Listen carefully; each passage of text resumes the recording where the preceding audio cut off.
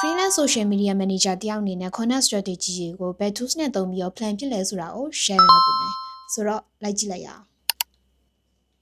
strategy ရဲ့အောက်မှာ content idea တွေမစဉ်းစားခင် content direction ကိုအရင်ပြင်ဆင်ရပါတယ်လက်ရှိမှာတော့ Cola Note ဆိုတဲ့ application လေးကိုသုံးနေပါတယ် brands ရဲ့ themes တွေ mood board တွေ audience တွေ signature တွေကိုအရင်ဆုံး brainstorming လုပ်ရမယ် content idea မှာ content filer ကအရင်အရေးကြီးပါတယ် filer ထဲမှာ balance ဖြစ်အောင် product mood vibe signature focus လုပ်ရမယ့်အပိုင်းတွေကိုအရင်ခွဲရမယ် filer ရပြီဆိုရင် reference အတွက် research လုပ်ရပါမယ် content direction မှာ typography ကလည်းအရေးကြီးပါတယ်အများဆုံးအနေနဲ့ font 3ခုကိုပဲရွေးပြီးတော့ signature font အနေနဲ့တစ်ခုထားပါမယ် insta focus ဖြစ်တဲ့အတွက်ကြောင့် feed color balancing ကလည်းအရင်ရေးကြည့်ပါတယ် photo editing ကိုဘယ်လို color နဲ့သွားမယ်ဆိုတာဒီမှာ frame ချပါမယ်ဒီအပိုင်း၃ပိုင်းကတော့ content direction လုပ်တဲ့အခါမှာအရင်ရေးကြည့်ပါတယ် step အခုသုံးနေတဲ့ဒီ Cola Note လေးက easy to use အရင်ဖြစ်တယ် feature တွေလည်းအရင်စုံတယ် sticker တွေလည်းစုံတော့ creative လည်းအရင်ဖြစ်တယ်ဒီထဲမှာဆိုရင် voice recording calculator study focus လုပ်လို့ရမယ့် time မှာပါတခါရေးပါတယ်အဲ့ဒါအပြင် step အကြိုက်ဆုံးက ChatGPT ကိုဒီ application ထဲမှာတခါရေးထည့်သုံးလို့ရတယ် AI tools ကိုဒီထဲမှာတခါရေးသုံးလို့ရတဲ့အတွက်တကူတက ChatGPT ထဲဝင်စရာမလိုတော့ဘူးနောက်ထပ်အားသာချက်တစ်ခုက translation ကိုတိုက်ရိုက်သုံးလို့ရတယ်ဒီ tools လေးက study လုပ်ရတဲ့သူတွေအတွက်လည်းအသုံးဝင်တယ် language ပိုင်းမှာလေ့လာနေတဲ့သူတွေအတွက်အထောက်အကူပြုတယ် premium version ကိုဝယ်ထားမယ်ဆိုရင်အလွယ်တကူသုံးလို့ရမယ့် template planner တွေလည်းမျိုးစုံအများကြီးရွေးချယ်လို့ရတယ် export ကိုကိုလိုချင်တဲ့ file နဲ့ save လုပ်လို့ရတယ်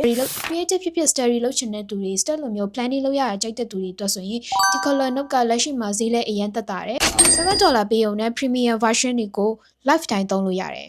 ဒီ Cola Note ကိုစမ်းသုံးကြည့်ချင်တယ်ဆိုရင် premium upgrade လုပ်တဲ့အချိန်မှာ Stack ရဲ့ promo code STEPH10 ကိုသုံးဖို့မမေ့နဲ့နော် social media manager တယောက်အနေနဲ့ content direction content strategy တွေကိုဘယ်လို planning လုပ်တယ်ဆိုတာ Cola Note နဲ့လည်းရှင်းပြပြီးဆိုတော့ဒီ vlog လေးကိုဒီမှာပဲဆုံးသက်လိုက်ပါတော့မယ်နော်အားလုံးပဲတက်တာ